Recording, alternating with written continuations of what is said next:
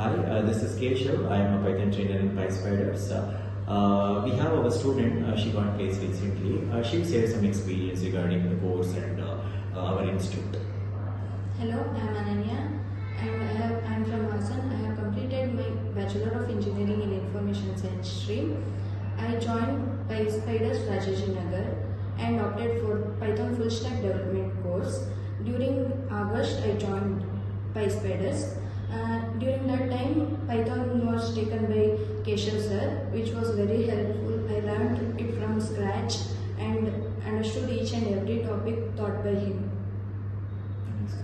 And I also learned SQL here, which was taught by Murli sir. It was very helpful, and I have learned Django also, which was taught by Alex sir.